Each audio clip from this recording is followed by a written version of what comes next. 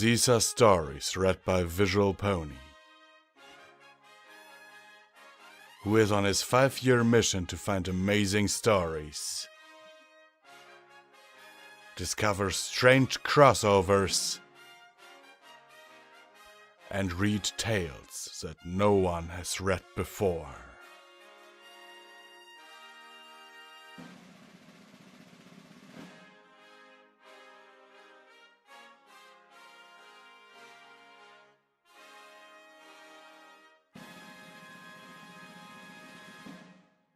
The Twilight Enigma by iisaw.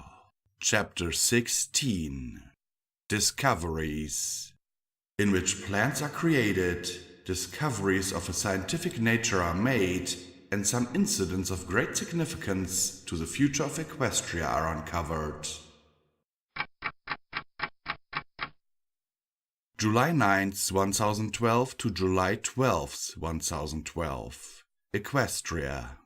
Since Chrysalis' new hive was a matter of public record, and no matter how well it had been buried in obfuscating bureaucracy, I saw no reason to pretend I didn't know about it. So, as an open salvo, I wrote to her and asked for a little of her time to discuss the matter. 1.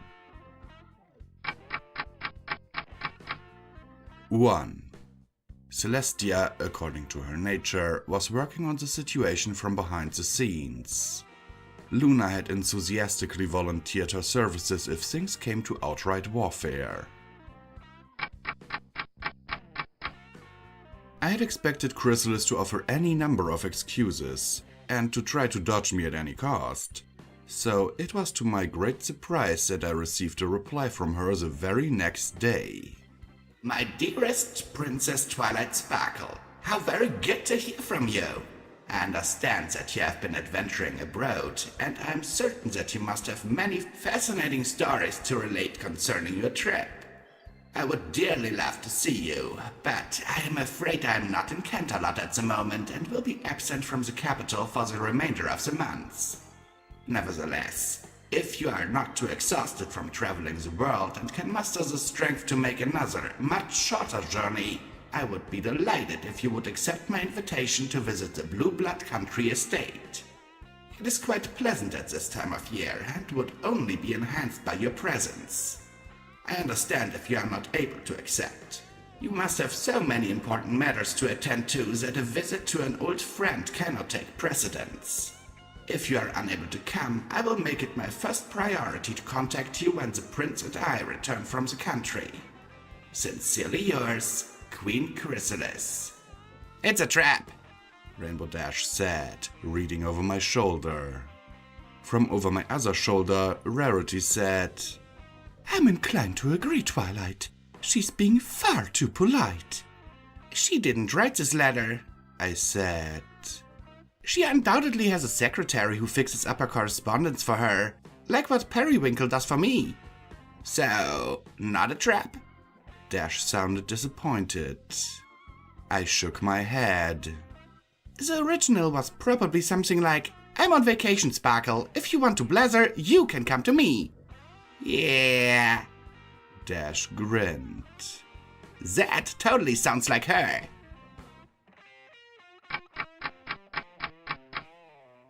While letters went back and forth between Chrysalis and I, arranging the particulars of my visit, I spent more time with Luna and caught up with my Canterlot friends. Most importantly, I arranged an intense research party with Moondancer and Starlight Glimmer. It was great to hit the books with a couple of congenial companions, but I've got to say, the expression on Starlight's face when I described the design structure involved in the Alicon amulet and the Talisman of Night was just a teeny bit unnerving.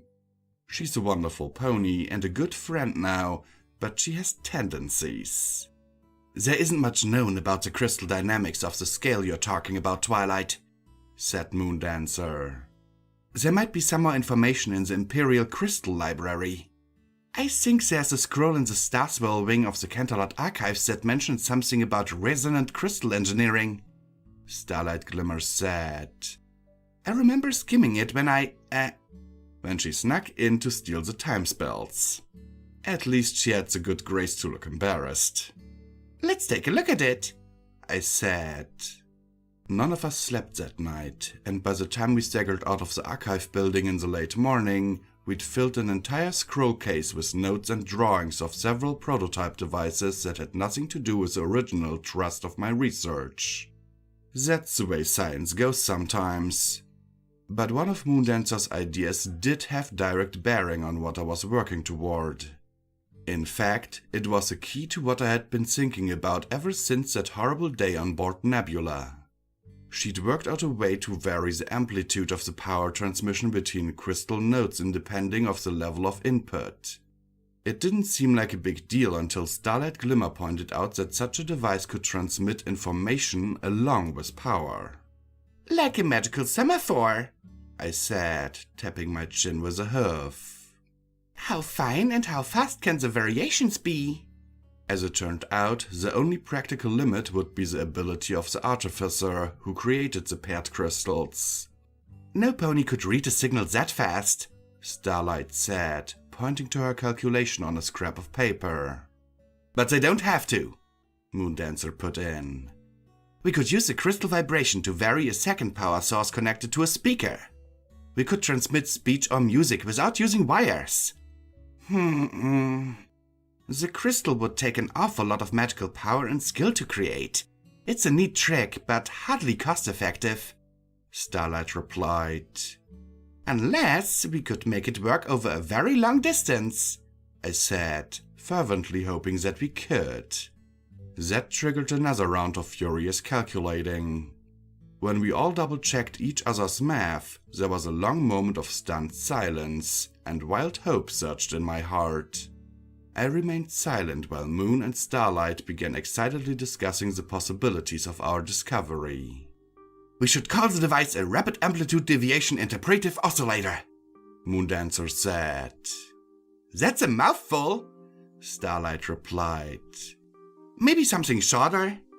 They kept it up as we made our way to Donut Joe's. They rambled on through coffee and donuts. They made plans to get together again after noodling around with the ideas independently for a while, and I granted my assent. Before we parted, Moondancer asked me if this was what I'd had in mind when I'd come to them with my request for research assistance. Something like it, yes, I said, smiling back at her. But we've done so much more than I expected, thanks to both of you. We shared a hug and went our separate ways. My mind was still racing as I plodded up the high street towards the palace. With modifications and the addition of certain adaptive structures, the device could be made to carry matrix information as well as linear. It would take incredible levels of power. It would take a base structure so huge that it blocked the imagination, but it could be done. I was certain of it. Tyrek's evil spell could be mechanized, automated, and turned to the service of good. It was a bit of a shock to meet Cesar Rasha at the gates to the Blue Blood Country estate. I'm head of Her Majesty's personal security detail now, the ex-changeling general told me as she ushered me into the foyer of the mansion. Well, I'm sure that was an easy decision to make. Is Jigsaw still at the university? It was as close as I wanted to come to asking if they were still together. Oh yes, on the tenure track. I'm very proud of her. If you'll please wait here, Your Highness, I'll inform Her Majesty that you've arrived. I thought she had put particular emphasis on the titles, a not so subtle way of indicating how she thought the two of us ranked relative to each other. 2. Maybe I was just being oversensitive. Still, having the muscle meet a visitor instead of a steward or butler was a breach of etiquette and was not something usually done by mistake. 2. Chrysalis was still technically queen in exile, though with the new hive, the qualifying in exile might justifiably be dropped. The foyer was gilded to within an inch of its life, and appallingly expensive paintings and knickknacks occupied every available space that wasn't taken up with displays of the Blue Blood coat of arms. That message was very clear, and one I was used to seeing in the homes of most of the old noble clans. We are an ancient, wealthy and powerful family. Don't forget it for a second. Princess, it's so good to see you. I turned and was completely stunned. Fortunately, my mouth worked pretty well on its own. Your Majesty, you're looking well. 3. 3. No Corder's fib. She was looking amazing. She'd taken on the form of a gorgeous, slate-grey alicorn with an emerald mane and tail. Her cutie mark was a convoluted symbol in black that somehow invited association with the changeling race. Yes, I am, aren't I? She smiled at me. But please, there's no need for formality here. You must call me Chrysalis. I was completely off balance. She was being so nice. Maybe the letter hadn't been written by her secretary after all. Her manners were practiced and perfect. And you must call me Twilight, of course. That's so kind of you. Not at all. Oh, pony feathers. My cheeks were beginning to hurt from keeping my smile from becoming a rictus. Chrysalis's grin was just a bit lopsided. I assumed that was because she was taking some sort of perverse pleasure out of all the forced niceties. She was a creature that thrived on deception, after all. Won't you come and have some refreshments on the terrace? Our chef makes a wonderful saffron-infused lemonade, and there are some splendid tea cakes. I can't stand it anymore. What the hell has gotten into you? Chrysalis threw back her head and laughed. Point to me, Twilight. I found Canterlot the nicest princess in the land. That was more like it. I was beginning to suspect that some evil creature had kidnapped you and taken your place, I said. She took a second to parse what I'd said and then laughed again, longer and louder. Ah, much better, Twilight. Believe it or not, I miss having a little snark aimed in my direction from time to time. I'm so respectable nowadays that ponies are unfailingly polite to me. Anytime, I muttered. We walked the grounds and gardens as we made small talk. I dully admired the statuary, fountains, and topiary, and we ended up on a spacious terrace overlooking an artfully channeled trout stream. Blueblood's little country place was bigger than most townships and must have taken a fortune to maintain. Chrysalis hadn't been joking about the lemonade. As weird as it sounded, a bit of saffron in the drink gave it an intriguing flavor. Knowing Blueblood, I supposed that the fact that saffron was hideously expensive played a big part in the developing of the recipe. So you haven't become a pirate then?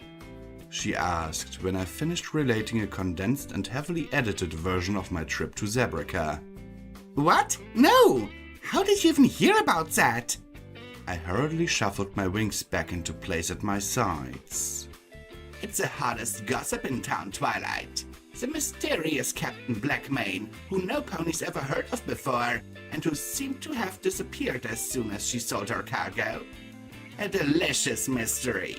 Accused of piracy and murder, but saved by the unprecedented intervention of Princess Luna.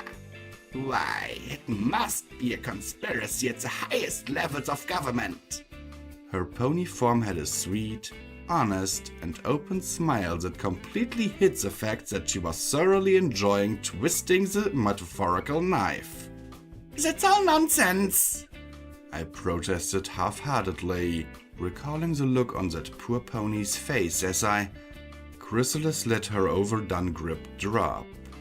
Yes, of course it is.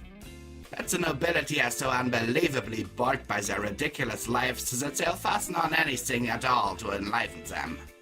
But you know it's all a mistake. Mistake, yes, but not completely false, I reminded myself. True.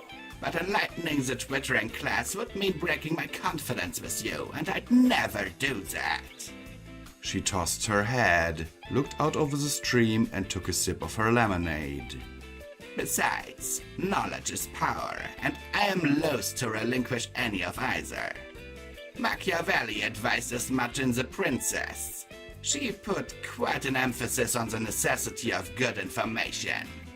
The more unlikely it is, the more highly it should be prized. That book isn't in general circulation. In fact, it's almost impossible to find a copy. Was that a little twinge of jealousy I felt? Well, worth the effort and cost, though. Very insightful. I can see why Celestia might want to suppress it. I'll loan you my copy if you'd like. Thank you, but I've already read it.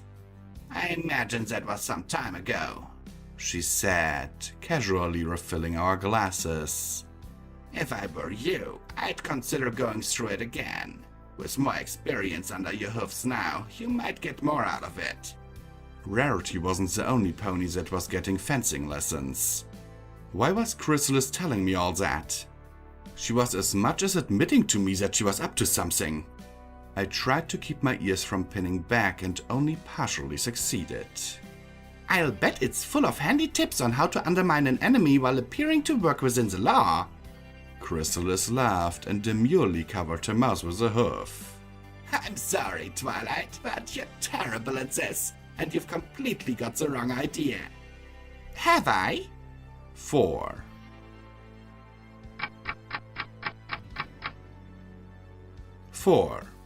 Yes, I can recognize a desperately defensive conversational gambit when I blurt one out. Thank you.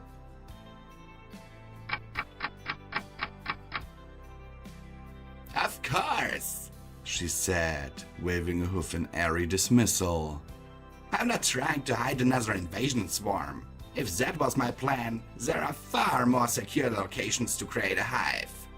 I'm doing what I can to unite the changelings and ponies in peace and harmony. Yeah, right. By then my ears were fully flattened and I was trying not to snarl at her. Her smile got even wider. Will you take my oath on it? Her horn began to glow. It was horrible manners to insist on such a thing, but with the security of Equestria at stake... Yes, if you don't mind.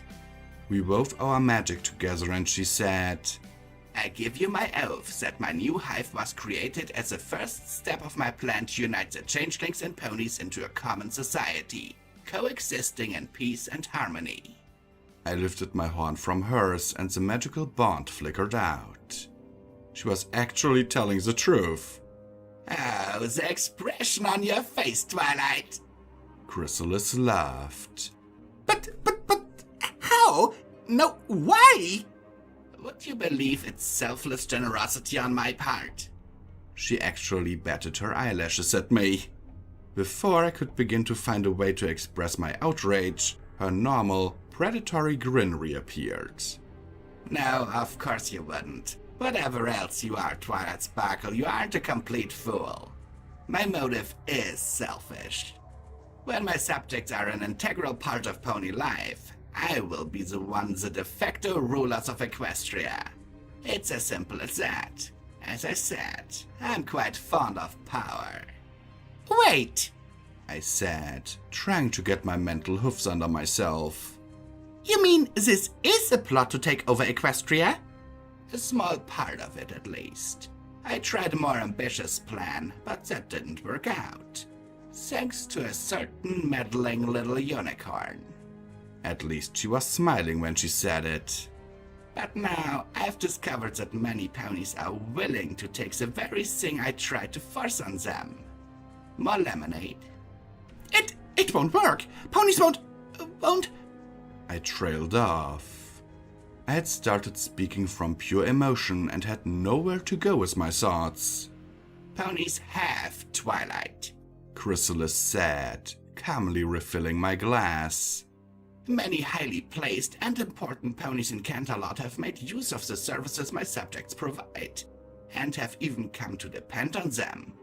It's quite an equitable situation, sustainable and satisfactory to everyone involved. That's disgusting! Oh, you think I mean the sort of shape-changing games that you and Luna get up to? Well, that's a part of it, yes. She said, casually selecting a tea cake from a golden platter and deliberately not noticing my growing anger. But a surprising number of ponies just want to have some pony to talk to. Some ponies they aren't able to ordinarily. Love, frustrated or lost, can be a powerful motivation. I stood up, barely able to keep from shouting. Maybe a few of the jaded Canterlot nobles have fallen for your tricks, but most good, honest ponies will never— Like the ones in the Smoky Mountains. Chrysalis gave up the pretense and politeness and sneered. The salt of the earth ponies, who seem to be much more than a life support system for crooked teeth and 5-pound eyebrows. They know my drones are there. Who do you think helped to dig out the caves? When a pony has a choice between a cousin who's so stupid he has a bag of hammers for a cutie mark or a handsome, witty, and attentive stallion, who do you think will come out on top? The more ponies come to associate with changelings, the more normal it will seem. It will be a very slow process, but I have time, and I've learned to be patient. Celestia will put a stop to this! Wait, don't say that. My brain told me just after my mouth had blurted it out. Chrysalis shrugged. Perhaps, but I don't think so. What harm is there in what I'm doing? Not one pony who has entered into a relationship with one of my drones will say that they're unhappy with the arrangement. Ask them yourself if you don't believe me. What was the phrase the minister used? Ah, yes, a symbiotic relationship. I'm sure you know what that means. The nobles and ministers who understand how valuable my subjects can be will be opposed to Celestia making peremptory use of royal fiat. And my new family has considerable influence and wealth to fight against any such misuse of power. Your new family? You don't— Oh, didn't I tell you?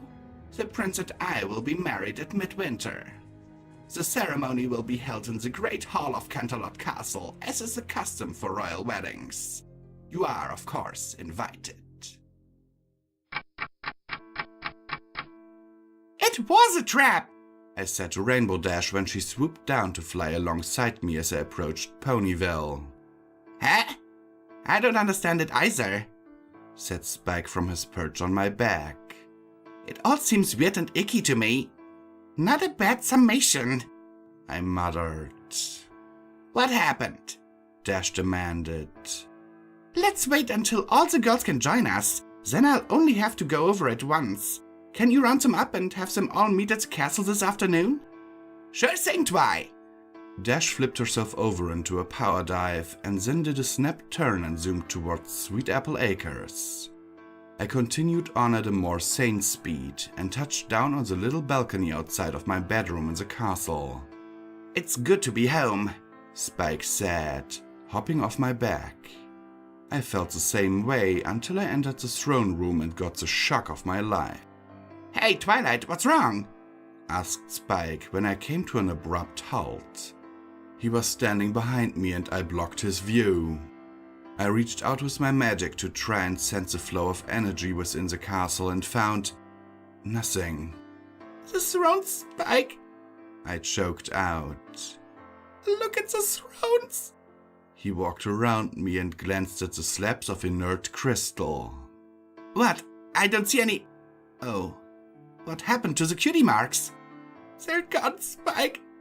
They're gone because the Tree of Harmony knows. It knows, and it's decided I'm not a good pony anymore. I choked on a sob and tears burned in my eyes. Spike didn't understand. How could he? But he could see how upset I was and rushed to hug me. I failed, Spike. I sobbed. I failed.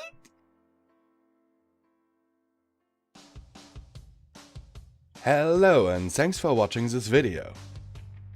If you liked it, please hit that like button down below since it really helps me out in the YouTube algorithm. And if you haven't already, why not subscribe to my channel? If you want to support the channel and all the content that I create, you can do so via Patreon at patreon.com/visualpony. The link is in the description. If you want more of my content, why not visit my website where I have everything organized into neat little categories. The address is visualpony.de. Here you can find all the information about upcoming releases and stories that are still in production. And now I'm signing off, my lovely viewers. Visual Pony,